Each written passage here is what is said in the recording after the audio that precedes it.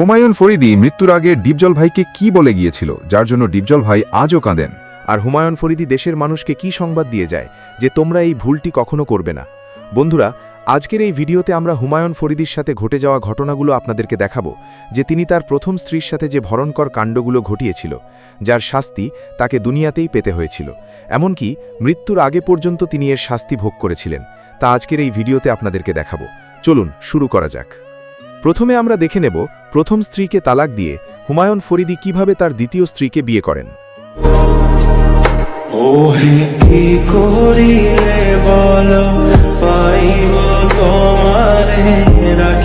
দীপু, এসব কি হচ্ছে? আমাদের এঙ্গেজমেন্ট ক্যান্সেল মানে তার বদলে তোমাদের বিয়ে। আমাদের বিয়ে? হ্যাঁ, যে বিয়েটা তোমাদের অনেক আগেই হওয়া উচিত ছিল, সেই বিয়েটা আজ আমরা দিচ্ছি।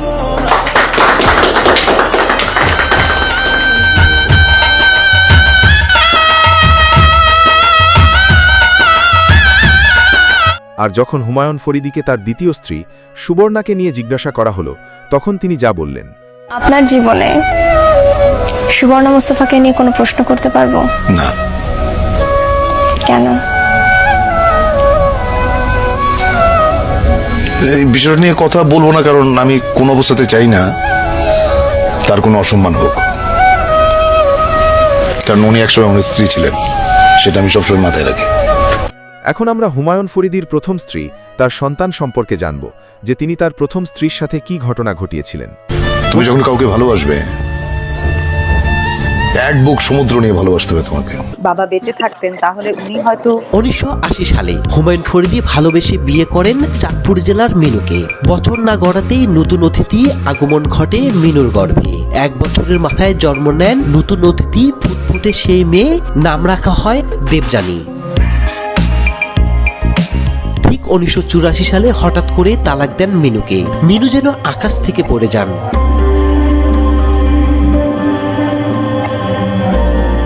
পরে জানতে পারেন ফরিদি অভিনেত্রী সুবর্ণা মুস্তাফাকে ভালোবাসেন, সেই জন্যই তাকে তালাক দিয়েছেন। শেষ বিদায়ের দিনে ফরিদি যখন বাসা থেকে বের হয়ে আসছিলেন, তখন অবুঝ সন্তান বারবার বাবার দিকে ফ্যাল করে চেয়েছিলেন। 3-4 বছর বয়সী দেবযানী আর চাতক পাখির মতো চেয়েছিলেন ফরিদির দিকে, আর অঝরে কাঁদছিলেন মিনু। প্রেমে পড়ার মতো এত আনন্দদায়ক কিছু কি আছে পৃথিবীতে? তার কিছুদিন পরেই ফরিদি বিয়ে করেন অভিনেত্রী সুবর্ণা মুস্তাফাকে। একদিকে মিনুর চোখের পানি অঝরে ঝরছে, আর অন্যদিকে সুবর্ণা ফরিদির সঙ্গে বাসর করছে।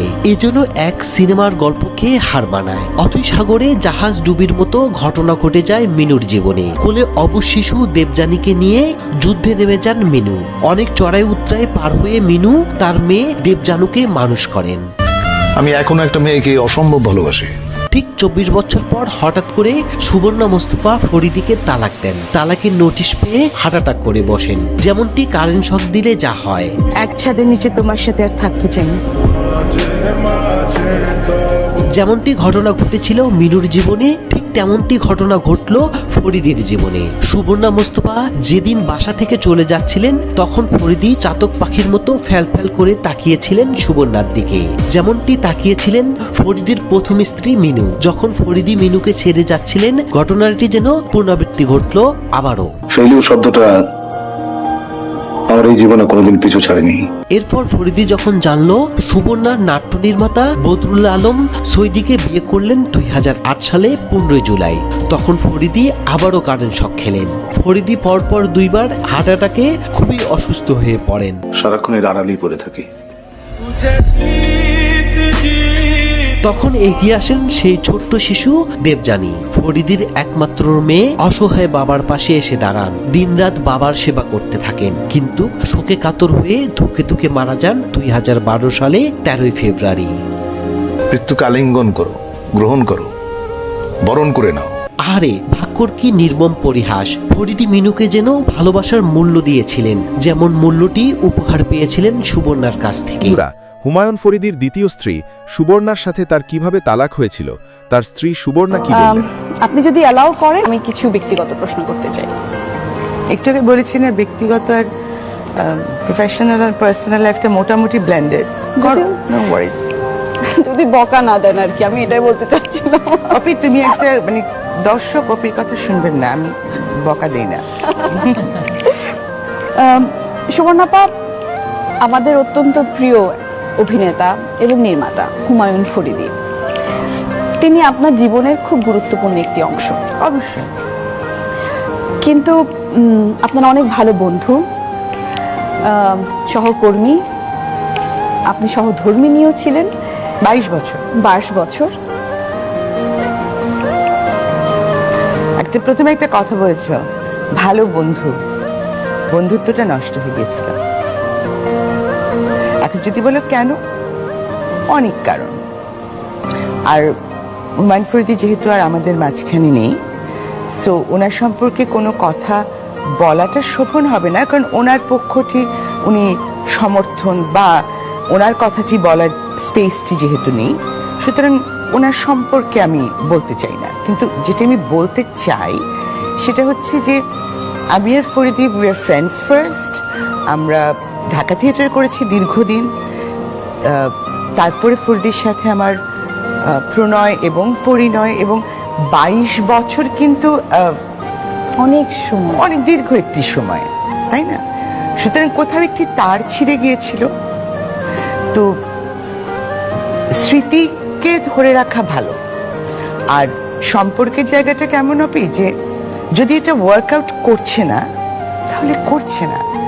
একসাথে থেকে তিক্ততা বাড়ানোর চাইতে যদি আলাদা হয়ে গিয়ে সম্মান করা যায় দুজন দুজনকে, কি সমস্যা? জীবন তো মানুষের একটাই জীবন।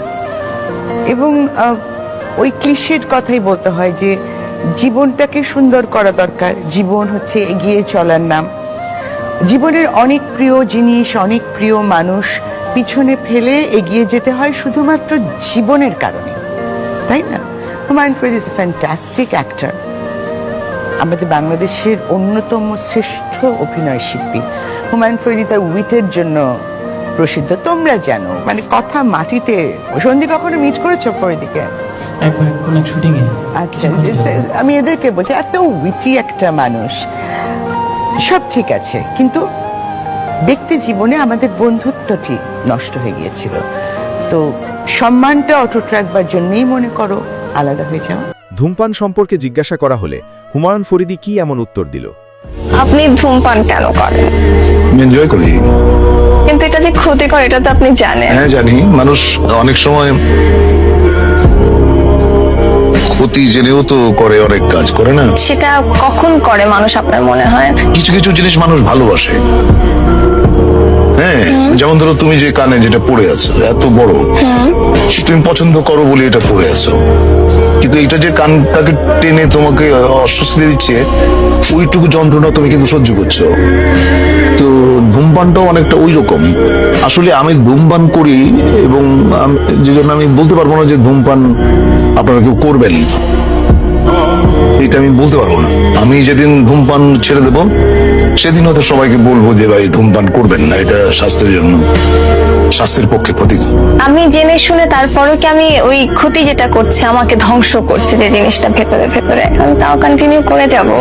দেখো, কিছু কিছু জিনিস আছে যেগুলো মানে রেজিস্টেবল না, তুমি সেটাকে কখনোই বন্ধ করতে পারবে না।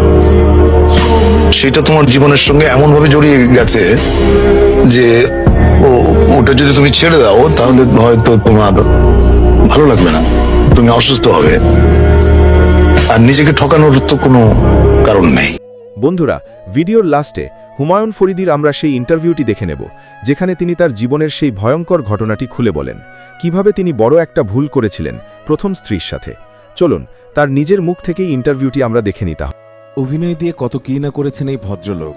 তার অভিনয়ে মানুষ হেসেছে, কেঁদেছে এবং বিস্মিত হয়েছে। অনেকেই অবাক হয়ে দেখেছেন তার অভিনয় ক্ষমতা কতটা প্রবল, কতটা বিস্ময়কর। অভিনয় সম্পর্কে মোটামুটি ধারণা রাখা কিংবা একজন সত্যিকারের চলচ্চিত্র এবং নাট্যপাগল দর্শকদের কাছে তার চাইতে প্রিয় অভিনেতা খুব কমই আছেন। কে তিনি? বুঝতে পারছেন না? তিনি আমাদের তুমুল জনপ্রিয় কিংবদন্তি অভিনেতা প্রয়াত হুমায়ুন ফরিদী, যার স্মৃতিচারণে এখনও অনেক ভক্তের শরীরে কাঁপুনি ধরে। কোনোভাবেই মেনে নিতে পারেন না তার চলে যাওয়াকে। 1965 সালে মাত্র 13 বছর বয়সে একবার তিনি বাবার বেতন থেকে 10 টাকা চুরি করেছিলেন। সেই টাকার কথা তাকে জিজ্ঞাসা করা হলে এমন একটা ভাব নেন যেন টাকা চুরি করার প্রশ্নই আসে না। এই মিথ্যে ভাব নেওয়ার পরেই হুমায়ুন ফরিদী নিজের অভিনয় প্রতিভা সম্পর্কে সেদিনই বুঝতে পেরেছিলেন, আর সেখান থেকে তার পথ চলা শুরু। তারপর অর্জন করেছেন কত সম্মান, কত ভালোবাসা। এর মাঝে কিছু আক্ষেপও রয়েছে। আমাদের আজকের আয়োজনে জানব হুমায়ুন ফরিদী সম্পর্কে সেই সকল অজানা তথ্য ও তার জীবনের অনেক অবাক করা গল্প। কিংবদন্তি এই অভিনেতার অভিনয় আপনাকে বিমোহিত করে থাকলে এই ভিডিওটি অবশ্যই শেষ পর্যন্ত দেখবেন। 52 ভাষা আন্দোলনের সময় ঢাকার নারিন্দায় জন্মগ্রহণ করেন হুমায়ুন ফরিদী। বাবা এটিএম নুরুল ইসলাম ছিলেন জুরি বোর্ডের কর্মকর্তা। বাবার বদলির চাকরির সুবাদে ফরিদীকে মৌলভীবাজার, ব্রাহ্মণবাড়িয়া, চাঁদপুর, কিশোরগঞ্জ, মাদারীপুর সহ অসংখ্য জেলায় ঘুরতে হয়েছে। তার মা বেগম ফরিদা ইসলাম একজন গৃহিণী ছিলেন। ছোটবেলায় তার ছন্নছাড়া স্বভাবের কারণে ফরিদীকে পাগলা, সম্রাট, গৌতম এরকম বিভিন্ন নামে ডাকা হতো। ছোটবেলায় তিনি ছিলেন খুবই দুরন্ত এবং অস্থির। এক জায়গায় কিছুক্ষণ যেন থাকতেই পারতেন না, আর সারাক্ষণ অনর্গল কথা বলতেন। তিনি কিছুটা বাচাল ধরনের ছিলেন। ছোটবেলায় তিনি হতে চাইতেন ঠিক বাবার মতো, আবার তার খুবই অতিরিক্ত খাওয়ার ইচ্ছে ছিল। তাই একবার চিন্তা করেছিলেন যে তিনি বড় হয়ে একজন বাবুর্চি হবেন, কিন্তু তা আর সম্ভব ছিল না। তার পকেট খরচের চেয়ে সিনেমার টিকিটের দাম বেশি হওয়ার কারণে তিনি একবার এও চিন্তা করেছিলেন যে সিনেমা হলের গেটকিপার হওয়া যাক। সেই সময় 10-11 বছর বয়সে তার মাথায় এইসব উল্টোপাল্টা চিন্তায় ঘুরে বেড়াত। প্রাথমিক শিক্ষা নিজগ্রাম কালীগঞ্জে, Madaripur united Islamia government high school থেকে পাশ করে চাঁদপুর সরকারি কলেজে তিনি ভর্তি হয়েছিলেন। এরই মাঝে 7ম শ্রেণীতে পড়ার সময় এক গার্লস স্কুলের শিক্ষিকার প্রেমে পড়ে যান তিনি। অদ্ভুত চিন্তাভাবনা, তাই নয় কি? 1970 সালে ইন্টারমিডিয়েট পাশ করে তিনি ঢাকা বিশ্ববিদ্যালয়ে অর্গানিক কেমিস্ট্রিতে ভর্তি হলেন। এলো 71, চলে গেলেন যুদ্ধে। 9 মাসের যুদ্ধের পর লাল সবুজের পতাকা নিয়ে ঢাকায় ফিরলেও ঢাকা ভার্সিটিতে আর ফেরা হয়নি। টানা 5 বছর বোহেমিয়ান জীবন কাটিয়ে শেষে অর্থনীতিতে অনার্স এবং মাস্টার্স করেছেন জাহাঙ্গীরনগর বিশ্ববিদ্যালয় থেকে। MA পাশ করে বের হওয়ার পর কিছুদিন ব্যবসা এবং চাকরির চেষ্টাও করেছেন, কিন্তু সেখানে উৎকোচ দিতে হয়। আর তাই তো তিনি ফিরে এসেছিলেন অভিনয়ে। এর আগে 1964 সালে মাত্র 12 বছর বয়সে কিশোরগঞ্জে এক মহল্লার নাটক এক কন্যার জনক নামে একটি নাটকে তিনি প্রথম অভিনয় করেছিলেন। রক্তে ছিল তার অভিনয়। সূর্যের মতো তিনি যে একদিন আলো ছড়াবেনই এ তো জানাই ছিল। 1976 সালে নাট্যজন সেলিম আল দ্বীনের উদ্যোগে জাহাঙ্গীরনগর বিশ্ববিদ্যালয়ে শুরু হয় নাট্যোৎসব। হুমায়ুন ফরিদী ছিলেন এর অন্যতম প্রধান সংগঠক। এই উৎসবে ফরিদীর নিজের রচনা এবং নির্দেশনায় মঞ্চস্থ হয় আত্মস্থ ও হিরণময়ীদের বৃত্তান্ত সেরা হিসেবে বিবেচিত হয়েছিল। এরপর ঢাকা থিয়েটারে শকুন্তলা, ফণিমনসা, কীর্তনখোলা, কেরামত মঙ্গল, মুনতাসির ফ্যান্টাসি এবং ভূতের মতো তুমুল জনপ্রিয় মঞ্চনাটকে অভিনয়ের মাধ্যমে তিনি রীতিমতো ঢাকা থিয়েটারের একজন প্রাণভোমরা হয়ে ওঠেন আর বনে যান সে সময়ের মঞ্চনাটকের অদ্বিতীয় ব্যক্তি।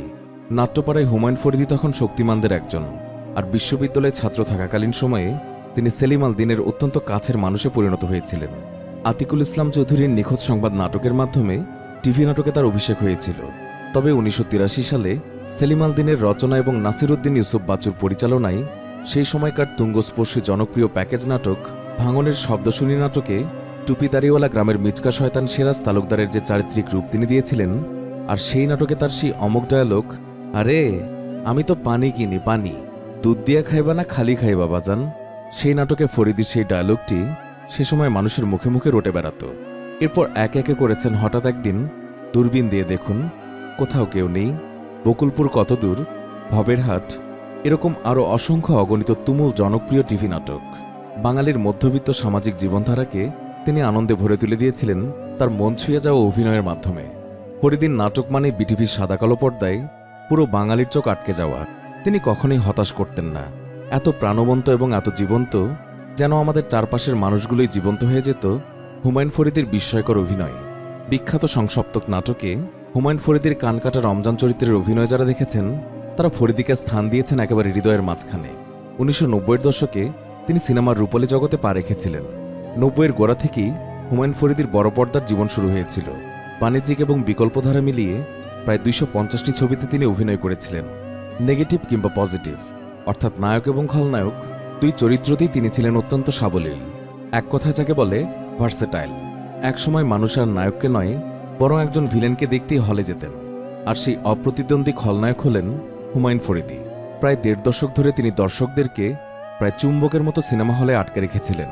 2003 সালের পর সিনেমা প্রায় ছেড়ে দিলে দর্শকও হল বিমুখ হতে শুরু করে। তার অভিনীত শেষ সিনেমা এক কাপ চা 2014 সালে মুক্তি পায়। নাটকে অসামান্য অবদানের স্বীকৃতি মেলে জাহাঙ্গীরনগর বিশ্ববিদ্যালয়ের সম্মাননা। আর 2004 সালে মাতৃত্ব সিনেমাতে সেরা অভিনেতা হিসেবে পেয়েছিলেন জাতীয় চলচ্চিত্র পুরস্কার। ঢাকা বিশ্ববিদ্যালয়ের নাট্যকলা বিভাগে তিনি কিছুদিন অতিথি শিক্ষক হিসেবেও পাঠদান করেছিলেন। হুমায়ুন ফরিদী ছিলেন একজন ভোজন রসিক। তিনি খেতে খুবই পছন্দ করতেন। তিনি মনে করতেন যে পৃথিবীর বেশিরভাগ সৃষ্টিশীল মানুষই মূলত খাদ্যরসিক। খেলাধুলাও খুব পছন্দ করতেন তিনি, আর ক্রিকেট ছিল তার সবচেয়ে প্রিয় খেলা। বিশ্ববিদ্যালয়ে পড়াকালীন সময় ক্রিকেট খেলেছেন, সে সময় নিয়মিত। সচিন টেন্ডুলকার ছিল তার প্রিয় ব্যাটসম্যান, আর বাংলাদেশের বাইরে প্রিয় দল ছিল শ্রীলঙ্কা। জাহাঙ্গীরনগর বিশ্ববিদ্যালয়ে অতিথি পাখির শিকার বন্ধ হয়েছিল হুমায়ুন ফরিদীর হাত ধরেই। বাঁচো এবং বাঁচতে দাও, প্রায় এই ধরনের একটা ফিলোসফিক্যাল কথা বলতেন হুমায়ুন ফরিদী। সহ অভিনেতাদের কাছে তার দরাজ দিলের কথা শুনতে পাওয়া যায়। নাট্যাঙ্গনে নাকি একটি কথা প্রচলিত ছিল, যদি টাকা লাগে তবে হুমায়ুন ফরিদীর কাছ থেকে ধার নাও, কারণ সেই ধার নেওয়া টাকার তোমাকে কখনোই ফেরত দিতে হবে না। কাউকে টাকা ধার দিলে তা নাকি বেমালুম ভুলে যেতেন তিনি, তাই কোনোদিনও আর টাকা ফেরতও চাইতেন না। একবার সেটে নাকি চঞ্চল চৌধুরীকে দুপুরের খাবারে ভর্তা দিয়ে খেতে দেখেছিলেন। চঞ্চলের ভর্তা পছন্দের কথা শুনে একদিন বাসায় নানা রকমের ভর্তা বানিয়ে তাকে তিনি দাওয়াত করেছিলেন। চঞ্চল তখন পাবনাতে। রাত 2টায় তিনি ঢাকা ফিরলে ওই রাতেই নাকি ফরিদীর বাসায় যেতে হয়েছিল চঞ্চলকে সেদিন দাওয়াত রক্ষা করতে। গিয়ে দেখেন প্রায় 50 রকমের ভর্তা সামনে নিয়ে বসে আছেন হুমায়ুন ফরিদী। আরেকবার নাকি হুতাপাড়া থেকে সুবর্ণার জরুরি ফোন পেয়ে রাত 2টার পর ঢাকায় রওনা হন। হঠাৎ তার মনে পড়ে যায় প্রোডাকশন বয় ইসমাইলকে কোনো টিপস দেওয়া হয়নি। প্রচণ্ড বৃষ্টির মধ্যে বহুদূর এসে নিজে আবারও গাড়ি চালিয়ে তিনি সেটে ফিরে গিয়েছিলেন। ওই রাতেই ইসমাইলকে কিছু টিপস দিয়ে আবারও তিনি ঢাকায় ফিরে গিয়েছিলেন। এরকম আরও অনেক গল্প রয়েছে যা কিনা তার বিশাল হৃদয়েরই প্রমাণ দেয়। স্বাধীনতার পর সহপাঠীর বোন নাজমুল আরা বেগম মিনুর গলায় বেলি ফুলের মালা দিয়ে তিনি বিয়ে করেছিলেন। মিনু তাকে বোহেমিয়ান জীবন থেকে সংসারের সাজানো সজ্জা পেতে দিয়েছিলেন যেন হুমায়ুন ফরিদী একটু সংসারী হন। তবে তিনি ধরে রাখতে পারেননি, আর তা টেকেও নি। প্রথম প্রেমের সেই মালা ছিঁড়ে অতঃপর তিনি সুবর্ণ মোস্তফার গলায় মালা পরিয়েছিলেন। না ফেরার দেশে পাড়ি জমানোর বছর 4 আগে সেই বন্ধনও একসময় ভেঙে যায়। সেই বন্ধনও আর টেকেনি। টিকে থাকে শুধু সারারাত ইসলাম দেবজানি, ফরিদী মিনুর ভালোবাসার বেলিফুল, একমাত্র কন্যা। আমরা যারা 90 দশকের সিনেমা দর্শক তারা যেন ফরিদীর একটু বেশিই ভক্ত। রেডিওতে তখন গাজী মাঝারুল আনোয়ারের কণ্ঠে সদ্য মুক্তি পাওয়া সিনেমার কথা শুনতাম। মাঝে মাঝে হুমায়ুন ফরিদীর ডায়লগ শোনানো হতো। রেডিওতে ফরিদীর নাম শুনলেই সে সময় সবারই কান উৎকর্ণ হয়ে উঠত। নিকটবর্তী হলে সেই সিনেমা আসলেই সবাই যেন হামলে পড়তাম আমরা। মনে পড়ছে একটি সিনেমায় অসংখ্যবার ফরিদীর সংলাপ ছিল, আরে মাফ দে রে মাফ দে, লাশের মাফ দে। ভিলেন হিসেবে কোনো শত্রুর চেহারা মনে পড়লেই চোখ দুটো কাঁচের গুলির মতো ঘোরাতেন আর খ্যাস খ্যাস করে হাসতে হাসতে বলতেন, আরে মাফ দে রে মাফ দে, লাশের মাফ দে। অসংখ্য সিনেমার ডায়লগ মনে পড়ছে, কিন্তু সেসব আর উল্লেখ করার যথেষ্ট পরিসর কোথায়। একান্ত ব্যক্তিগত জীবনে অসম্ভব অভিমানী এই শিল্পী জীবনকে পিষে ঘষে পুড়িয়ে জীবনকে ধরে রাখার চেষ্টা করে গেছেন। এখনও দু চোখ বন্ধ করলেই তার অট্টহাসিতে কাঁচ ভাঙার শব্দ শুনি। বিস্ময়ে জাগা নিয়ে অভিনেতা হুমায়ুন ফরিদী সত্যি এখনও আমাদেরকে ঘোরের মধ্যে নিয়ে যান। এমন ক্ষমতা কজনের আছে বা কজনেরই থাকে। তিনি বিশ্বাস করতেন বন্ধুত্বের কোনো বয়স হয় না, সবাই ছেড়ে যায় কিন্তু বন্ধুরা থেকে যায় আজীবন। তিনি স্টাইল করতেন নিজের মতো, কখনো শার্ট ইন করা বা গুটিয়ে পড়তেন না। দিন যায়, মাস যায়, বছর পেরোয়। মিডিয়া জগৎ থেকে টেলিভিশন, সিনেমার পর্দা থেকে মঞ্চের রহস্যময় দুনিয়া, সব জায়গাতেই তার অনুপস্থিতি যেন দিন দিন তীব্র হয়ে উঠছে। জাহাঙ্গীরনগরের মুক্তমঞ্চ, বেইলি রোডের নাটকপাড়া, এফডিসির রংমহল, সবকিছুই হুমায়ুন ফরিদী ছাড়া খাঁখা করছে। তিনি ঠাঁই নিয়েছিলেন কোটি ভক্তের হৃদয়ে এবং তাদের মগজে এবং মননে। ফরিদী আছেন পৃথিবীর সমস্ত নাট্যমঞ্চের ড্রেসিং রুমে আর পাটাতনে। আছেন তিনি রূপালী পর্দার আড়ালেও, আর থাকবেন তিনি অনন্তকাল। তিনি তার 60তম জন্মদিনে শেক্সপিয়রের কিং লিয়ারে অভিনয়ের বাসনা ব্যক্ত করেছিলেন, কিন্তু সেই বাসনার পূর্ণ হয়নি। 60 বছর পূর্ণ হবার আগেই বহু অজানা এবং অপূর্ণ বাসনা নিয়ে তাকে চলে যেতে হয়েছে সেই না ফেরার দেশে। দেশের সিনেমা নাটক নির্মাণ জগতের বোদ্ধারা কেউ কেউ দাবি করেন যে প্রযুক্তির সর্বোচ্চ ব্যবহার করে নির্মাণের কারিশমা দিয়ে সে সময় যদি ফরিদীকে পরিপূর্ণভাবে ব্যবহার করা যেত তবে উপমহাদেশের শীর্ষ সারির একজন অভিনেতা হিসেবে শুধুমাত্র তার নামটি সমুজ্জ্বল হয়ে থাকত। সহজ সরল এই অভিনেতার জন্ম হয়েছিল 1952 সালের 29শে মে, আর তার প্রস্থান হয়েছিল 2012 সালের 13ই ফেব্রুয়ারি।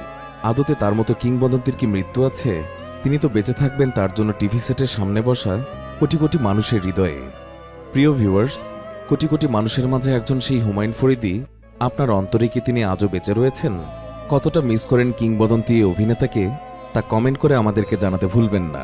এমনকি তার অভিনীত কোন নাটক কিংবা সিনেমা কিংবা কোন চরিত্রের কথা আপনার সবচেয়ে বেশি মনে পড়ছে, তা জানিয়ে আমাদেরকে কমেন্ট করুন। বাংলা চলচ্চিত্রে ও নাট্যাঙ্গনে প্রভাবশালী এই অভিনেতার জীবনের কথা নিয়ে আমাদের এই ভিডিওটি যদি আপনাদের ভালো লেগে থাকে, তাহলে অবশ্যই লাইক দিন এবং শেয়ার করুন। আরও এমনি তারকাদের জীবনের কথা ও নানা রকম অজানা তথ্য জানতে আমাদের চ্যানেলটি সাবস্ক্রাইব করে আমাদের সাথেই থাকুন।